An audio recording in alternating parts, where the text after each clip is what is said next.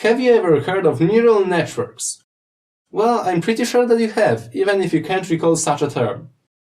If so, then let's try another one.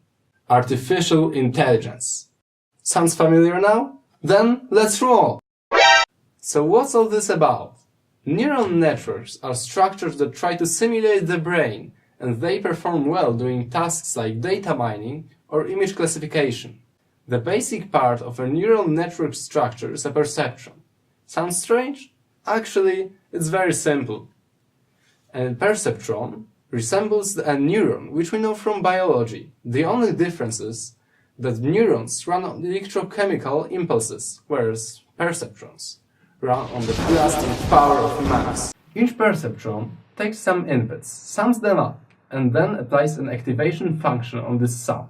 As you see, there are also synapses, which play an important role as well. They contain weights, which are values that all data flowing through the synapse are multiplied by. Now we know the network's visual structure, and we can look deeper to understand how these mechanisms work.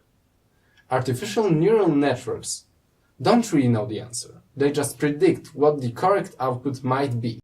To illustrate this, I'll use an example. Let's say we've got John, who is a beginner English learner. John knows only 2 words in English, apple and tree, but he is asked for the meaning of the word apple tree. John doesn't know this word, but he can guess that it's a tree that is somehow connected with apples. And that's how neural networks work in a nutshell. Alright, but how do we know how well is our network trained? This may be compared to asking John how sure he is of his answer. Similarly, we can measure the performance of our networks using the cost function.